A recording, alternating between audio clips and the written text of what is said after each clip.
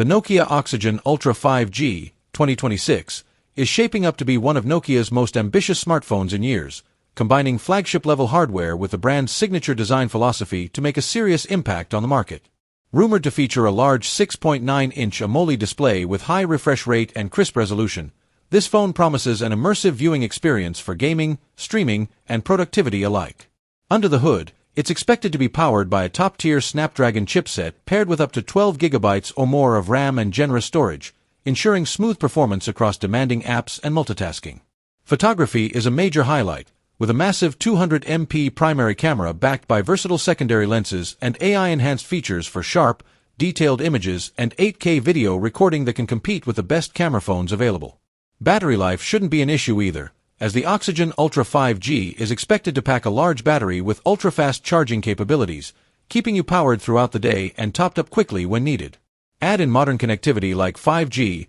Wi-Fi 6/6E, NFC, under-display fingerprint security, and a near-stock Android experience, and it's clear Nokia intends this model to appeal to both long-time fans and new users seeking a compelling flagship alternative in 2026.